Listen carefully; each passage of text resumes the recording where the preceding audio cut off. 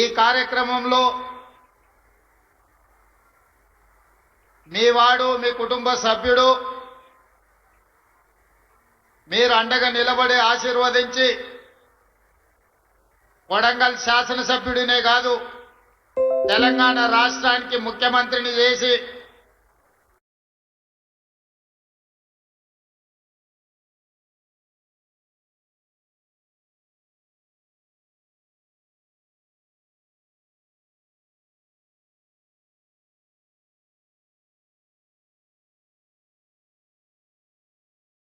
ప్రజలు ఎదురు చూసిన రోజులను గుర్తు చేసుకొని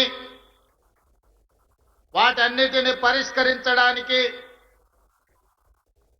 నాతో పాటు ఉమ్మడి మహబూబ్ నగర్ ఇన్ఛార్జ్ మంత్రివర్యులు దామోదర్ రాజ నరసింహ గారిని మన ప్రాంతం వాడు ఎన్నో సంవత్సరాలు ఎమ్మెల్యే కావాలని 3 దశాబ్దాలు ప్రజా జీవితంలో పదవి వచ్చినా రాకపోయినా ప్రజలకు అందుబాటులో ఉండి ఈనాడు మొదటిసారి శాసనసభ్యుడై రాష్ట్ర మంత్రిగా కొడంగల్ నియోజకవర్గానికి విచ్చేసిన వాకిటి శ్రీహరి గారు, అదేవిధంగా మిత్రులు మన పక్క నుండే శాసనసభ పరిధికి ప్రాతినిధ్యం వహిస్తున్న మిత్రులు రామ్మోహన్ రెడ్డి గారు, తాండూరు శాసనసభ్యులు మనోహర్ రెడ్డి గారు, అదేవిధంగా హరే రామ హరే కృష్ణ సంస్థకు సంబంధించిన అక్షయ పాత్ర ఈనాటి మధ్యాహ్న భోజన పథక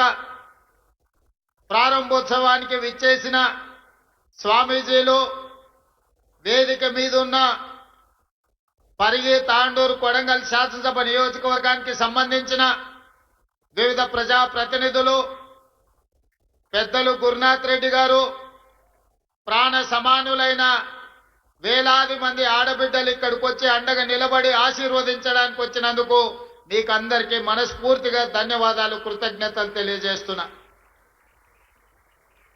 ఏ ఇంట్లో ఆడబిడ్డ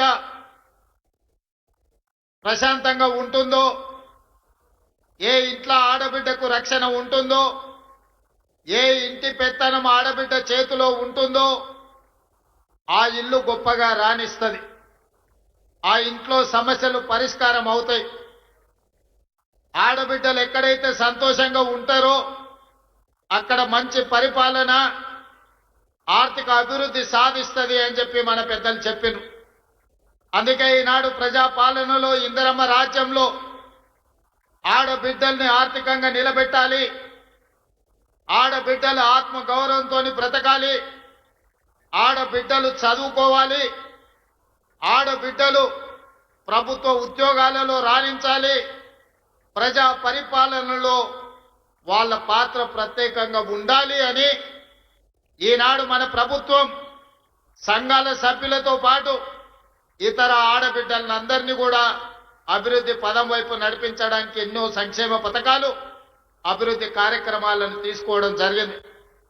ఈనాడు మీకు అందరికీ తెలుసు, ప్రతి ఇంటికి 200 యూనిట్లు ఉచిత కరెంట్ ఇచ్చిన ఈనాడు తమ పిల్లలకు పండుగ పూట మాత్రమే సన్న బియ్యంతో వండి పెడుతున్న ఆడబిడ్డలు, వాళ్ళు తిన్నా తినకపోయినా కొడుకో బిడ్డో కడుపు నింపాలి, ఆ పిల్లలు సంతోషంగా ఉండాలని పండుగకో పర్బానికో సన్న బియ్యంతో వండి పెట్టేది పరమానం. కానీ నాడు మన ప్రభుత్వం 3,10,00,000 మంది తెలంగాణ ప్రజలకు సన్న బియ్యాన్ని అందించడం ద్వారా ప్రతిరోజు పండుగ చేసుకోవచ్చు, ప్రతి కుటుంబం కళ్ళల్లో ఆనందం ఉండాలి, మీ తల్లుల కళ్ళల్లో వెలుగులు చూడాలి అని ఈనాడు సన్న బియ్యం కార్యక్రమాన్ని మనం చేపట్టినాం. సిలిండర్ ధర 500 రూపాయలకే ఇవ్వడం కాకుండా ఆర్టీసీలో ఉచిత ప్రయాణం. మా అక్కలు అంతకుముందు అమ్మగారింటికి వెళ్ళాలన్నా, అమ్మవారిని దర్శించుకోవాలన్నా ఇంటాయననో కన్న కొడుకునో బస్సు కిరాయి పైసలు అడిగే పరిస్థితి. వాళ్ళు ఇస్తే ఇచ్చినట్టు, ఇయ్యకుంటే దసరా పండుగ కడిగితే దీపావళినో, దీపావళికి అడిగితే సంక్రాంతికి పోదువనో, సంక్రాంతి పండుగకు అడిగితే ఉగాదికి పోదులే అమ్మ మీ అమ్మని చూడడానికి ఇప్పుడు ఏమంత తొందర ఉంది అని అనేటోళ్ళు. కానీ ఈనాడు మా అక్కలు ఇంటాయన పొలం కాడికి పని మీద పోతే మళ్ళీ వచ్చే లోపల అమ్మగారింటికి పోయి అమ్మని చూసి అమ్మ కష్ట సుఖాలు చూసి మళ్ళా ఎప్పట్లాగా ఇంటికి వచ్చే పరిస్థితి. ఎక్కడ చెయ్యి చూపిస్తే అక్కడ బస్సు ఆపే రోజులు ఈ రోజు వచ్చినాయి. ఈ 2 ఏళ్లల్లో మీ తమ్ముడు ముఖ్యమంత్రి అయినాక మా అక్కలు నేను అడుగుతున్నా, ఎవరన్నా బస్సులో మీకు టికెట్ కు పైసలు అడిగినరా అక్క? ఎవరైనా అడిగినరా? ఎవరైనా పైసలు ఇచ్చిర్రా? టికెట్ కొనుక్కోనికి ₹1 నన్ను అడిగినరా? ఇవాళ బాజాబ్తా మీరు చెయ్యి అడ్డం పెడితే బస్సు ఆగుతుంది, బస్సు ఎక్కితే మీ ముందల రూపాయి కట్టు అని చెయ్యి జాపే ధైర్యం ఎవరికి లేదు. ఇవాళ బస్సులలో ఉచిత ప్రయాణమే కాదు, మా సంఘాల సభ్యులకు వ్యాపారాన్ని అందించాలి, ఆర్థికంగా నిలబెట్టాలని ఈనాడు 1000 ఆర్టీసీ బస్సులు మా సంఘాలకు యజమానులు చేసినాం. ఇప్పుడే మా మద్దూరు సంఘానికి ఆర్టీసీ బస్సు కొనిచ్చి ప్రారంభోత్సవం చేసి మద్దూరు మండల ఆడబిడ్డల్ని బస్సులకు యజమానులను చేసినాం. ఉచితంగా బస్సులో ప్రయాణం కాదు, ఆ ఆర్టీసీకి బస్సులోనే కొని కిరాయికి పెట్టి ఆదాయాన్ని సంపాదించే పరిస్థితి ఈ రోజు మా ఆడబిడ్డలు చేరుకున్నారు.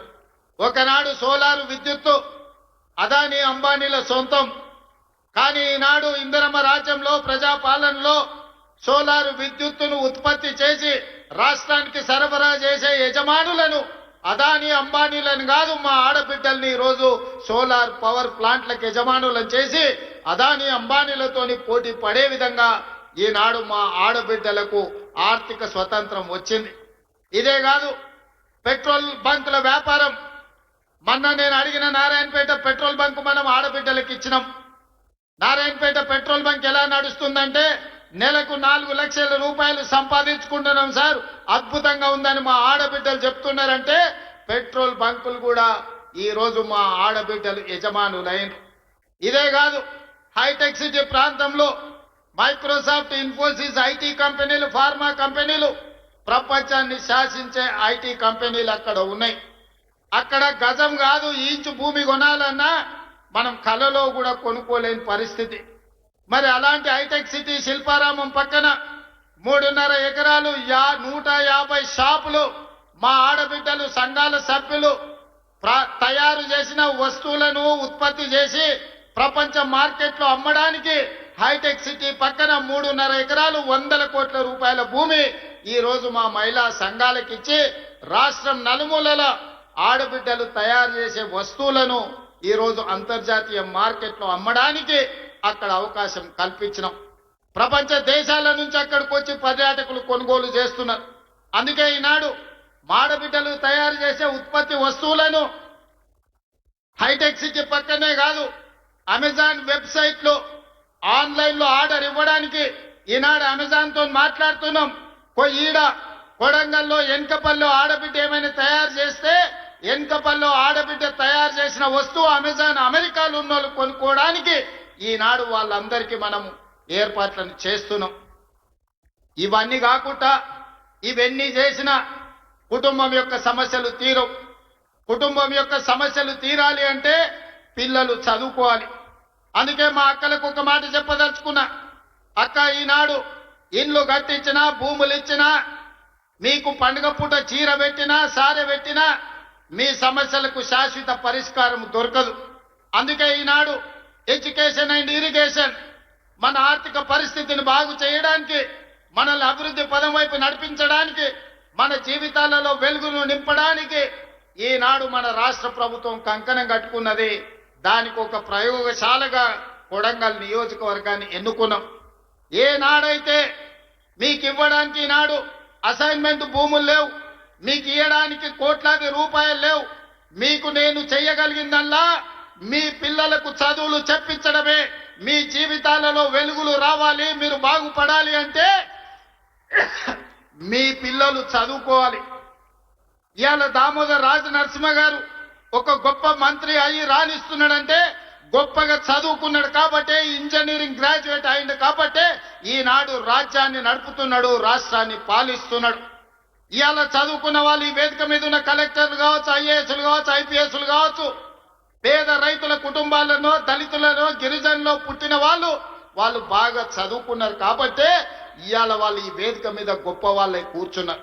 అందుకే మా అక్కలకు ఒక మాట చెప్పదలుచుకున్నా, మన జీవితాలలో మార్పు రావాలి, మన బ్రతుకులు బాగుపడాలి, మనం భవిష్యత్తులో గొప్ప వాళ్ళం కావాలి అని అంటే మన పిల్లలు చదువుకోవాలి. మన పిల్లలు చదువుకోవాలంటే పాఠశాలలు ఉండాలి. పాఠశాలలకు వెళ్ళడానికి అవసరమైన వసతులు ఏర్పాటు చేయాలి. అందుకే ఈనాడు అక్షయ పాత్ర వాళ్ళతో మాట్లాడి కొడంగల్ నియోజకవర్గంలో దామన్న 312 పాఠశాలలు ఉన్నాయి. 28,000 మంది విద్యార్థులుంటే ఉదయం తల్లిదండ్రులు కూలి పనికో వ్యవసాయం పనులకు వెళ్ళినప్పుడు ఆ పిల్లలకు టిఫిన్ పెట్టకపోతే కాలే కడుపుతో బడికి వస్తే వాళ్ళు సరిగ్గా చదువుకోలేకపోతున్నారని ఆలోచన చేసి అక్షయ పాత్ర వాళ్ళతో మాట్లాడి అమ్మ ఎట్లా ఆలోచన చేస్తుందో అన్న ఎట్లా ఆలోచన చేస్తాడో ఆ విధంగా ఆలోచన చేసి ఈనాడు కొడంగల్ నియోజకవర్గంలో ప్రతిరోజు ఉదయం అక్షయ పాత్ర వాళ్ళ సహకారంతో 28,000 మంది విద్యార్థులకు ఉదయం పూట నాష్ట పెడుతున్నాము. ఈ సంవత్సరం బడికి 5,000 మంది విద్యార్థులు పెరిగిను. ఒకనాడు టిఫిన్ చేయకపోవడం వల్ల ఇంటి దగ్గర పనులు ఉండడం వల్ల పిల్లలు పాఠశాలకు దూరమైనరు, చదువులకు దూరమైనరు. అందుకే ఆలోచన చేసి నా కొడంగల్ నియోజకవర్గంలో ఏ ఒక్క విద్యార్థి కూడా ఆకలితో బాధపడకూడదు, ఆకలితో బడికి రాకూడదు, ఆకలితో చదువు మీద శ్రద్ధ కోల్పోకూడదని ఆలోచన చేసి ఈనాడు ప్రతి పాఠశాలలో 312 పాఠశాలల్లో 28,000 మందికి ప్రతిరోజు ఉదయం ఒక మంచి నాష్ట పెట్టి వాళ్ళ ఆరోగ్యాన్ని కాపాడడమే కాకుండా వాళ్ళ ఆకలి తీర్చే ప్రయత్నం చేస్తున్నాం. ఇది సరిపోతుందా అంటే సరిపోదు. అందుకే ఈనాడు ఈ ప్రాంతంలో ఈ రోజే మనం ఈ రోజే పునాది రాయి వేసుకున్నాం. మధ్యాహ్న భోజన పథకాన్ని కూడా ప్రారంభిస్తున్నాం. కొడంగల్ నియోజకవర్గంలో ఏ ఒక్క విద్యార్థి కూడా అమ్మ కోసం ఎదురు చూడాల్సిన పని లేదు. అమ్మలాగా ఈ రాష్ట్ర ప్రభుత్వం మధ్యాహ్న భోజనం పథకాన్ని అమలు చేసి ఆ పిల్లల ఆకలి తీర్చి ఆ పిల్లలు చదువుకోవడానికి, ఆ పిల్లలు దేశ భవిష్యత్తుకు పునాదులు వేయడానికి, తెలంగాణలో పునర్నిర్మాణంలో భాగస్వాములను చేయడానికి మధ్యాహ్న భోజన పథకాన్ని కూడా ఈ రోజు మనం ఇక్కడ ప్రారంభోత్సవ కార్యక్రమం చేసుకున్నాం. ఆనాడు మొట్టమొదటి ప్రధానమంత్రి దేశ స్వతంత్రం వచ్చిన తర్వాత పండిత్ జవహర్లాల్ నెహ్రూ గారు కరువు కాటకాలతో ఆకలితో అలమటిస్తూ బురద మట్టి తిని బతుకుతున్న ఈ దేశానికి ఇరిగేషన్, అదే విధంగా ప్రపంచ దేశాలతో పోటీ పడడానికి ఎడ్యుకేషన్ ఒక విధానంగా తీసుకున్నాడు. అందుకే ఈ రోజు దేశంలో ఉన్న యూనివర్సిటీలన్నీ పండిత్ జవహర్లాల్ నెహ్రూ గారు ప్రారంభించారు. ఈనాడు పెద్ద పెద్ద ప్రాజెక్టులు బాక్రానంగా నుంచి మొదలు పెడితే నాగార్జున సాగర్ వరకు, శ్రీశైలం వరకు, SRSP వరకు తెలంగాణలో ఉన్న ప్రాజెక్టులు, సాగునీటి ప్రాజెక్టులను మొదలు